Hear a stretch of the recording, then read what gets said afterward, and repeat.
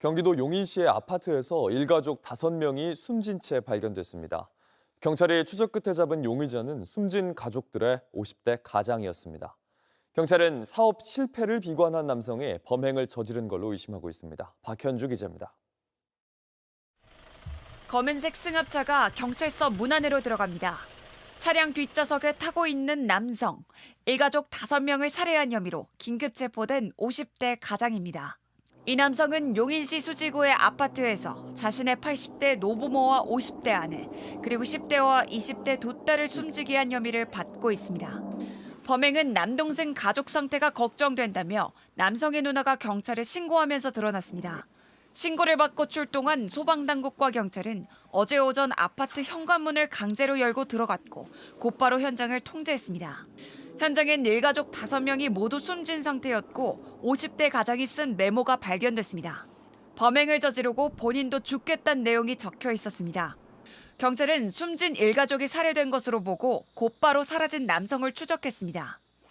타살 흔적이 있으니까 살해라는 게 이제 어쨌든 확인이 됐던 거고요. 결국 1시간에 걸친 추적 끝에 광주광역시의 한 오피스텔에서 남성을 붙잡았습니다.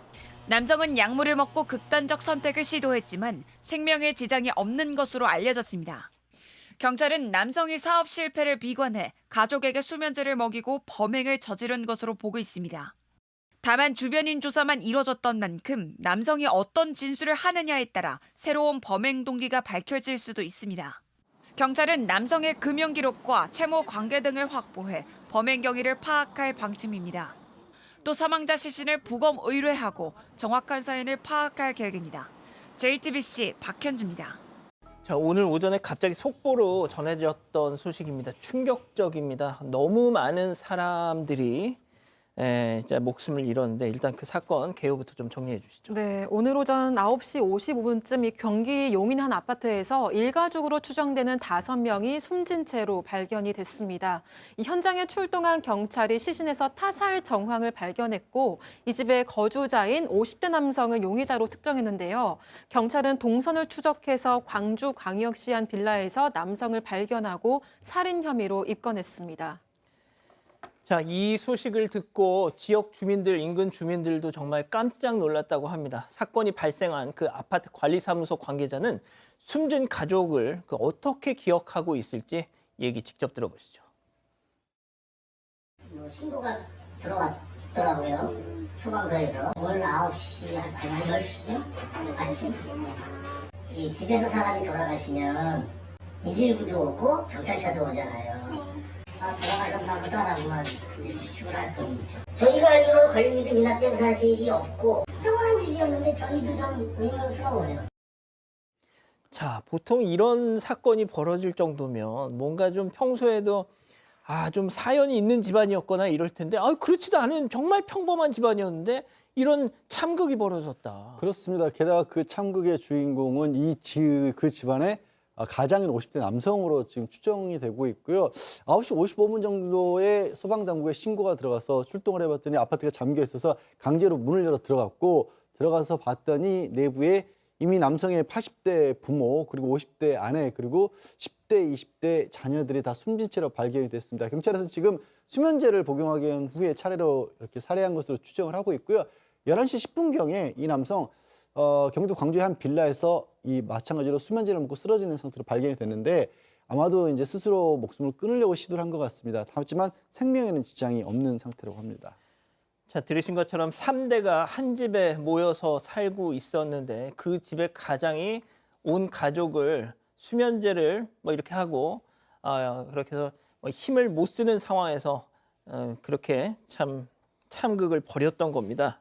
현재로서는 그렇게 추정을 할 뿐이지만 자, 그러면 이번 사건은 누가 신고를 한 건가요? 자, 지금 상황상은 50대 남성이 일가족을 살해한 뒤 본인도 그렇게 하려 하다가 지금 검거된 그런 상황인데 이 남성이 또 다른 가족한테 문자를 보냈다고 합니다. 우리 가족들 가족이 집단적으로 목숨을 끊었다. 이런 내용의 문자 메시지를 보냈다고 하고요. 이 연락을 받은 가족이 좀 이상하다는 생각이 들어서 119에 신고를 하면서 소방당국, 경찰이 공동 대응을 했다고 하고요. 현장에 경찰이 출동을 했는데 범행 현장에 숨진 이들을 발견하게 됩니다. 사건 현장에서는 결국 메모가 발견되는데 이 남성의 메모는 뭐냐 하면 가족들을 다 죽이고 나도 죽겠다. 이 내용의 메시지였습니다. 지금 각 사가 이 관련 사건 취재를 하면서 조금씩 여기저기서 보도가 나오고 있는데요. 이 50대 A씨 가장이라는 사람, 살인범이죠. 온 가족을 저렇게 했으니까 본인 누나에게 남긴 쪽지 내용이 가족들을 천국으로 보냈다, 미안하다, 뭐 이런 쪽지를 남겼다고 하는 보도도 나오고 있습니다. 자, 부모와 80대 부모와 50대 아내 그리고 10대, 20대 자녀까지 모두 살해한 그 이유, 그 터무니없는 이유 체크포인트 짚어보죠.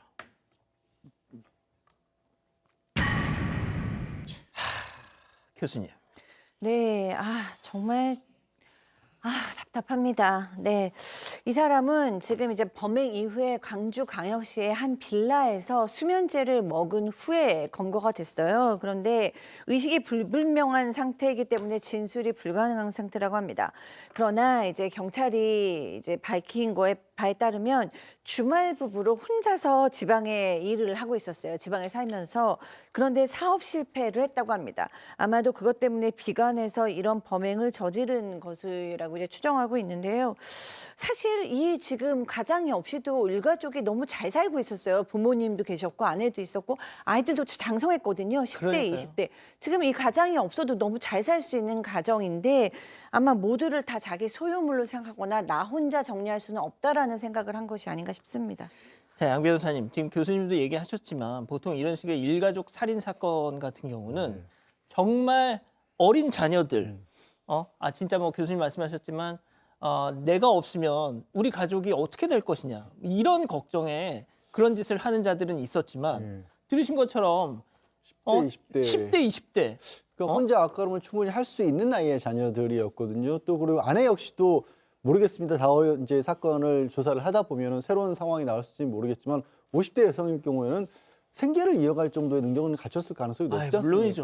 그래서 이 사건이 저는 단순하게 그전에 얘기했던 가족들을 살해한 사건과는 조금은 결이 달라 보입니다. 그래서 도대체 내막이 어떤 것이 있는지 혹시 주변에 알려지지 않았지만 가족 간의 갈등 같은 건 없는지 아니면 가족 명의로 어떤 사업을 하면서 추가적인 어떤 뭐 대출이라든가 이런 걸 일으켜서 그 부분이 너무 부담된다든가 뭔가 특수한 동기가 추가로 있을 것으로 보입니다. 박 변호사님, 예. 이게 뭐 지금 이제 막 수사가 시작이 된 것 같은데 그렇죠. 더군다나 당사자들이 다 이렇게 사망을 했고 또 이제 이 사람만 살아남은 상태잖아요. 앞으로 뭐 어떻게 좀 진행이 될까요? 이 남성의 진술만 다 신뢰하고 그것이 범행 동기다 믿을 수는 없습니다. 그러니까요. 자, 지금 오후 3시 정도에 남성이 깼고요. 긴급 체포가 됐습니다.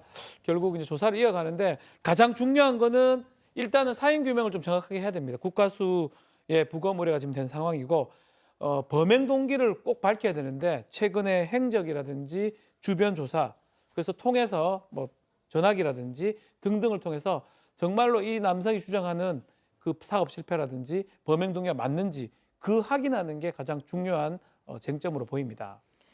자, 다시 한번 전해드리면 오후 3시쯤에 의식을 회복했고 긴급 체포를 했고 용인으로 압송한 뒤에 용인 서부경찰서에서 이 50대 A씨 일가족을 몰살한 이 50대 A씨에 대한 조사를 이어가겠다고 경찰은 밝혔습니다.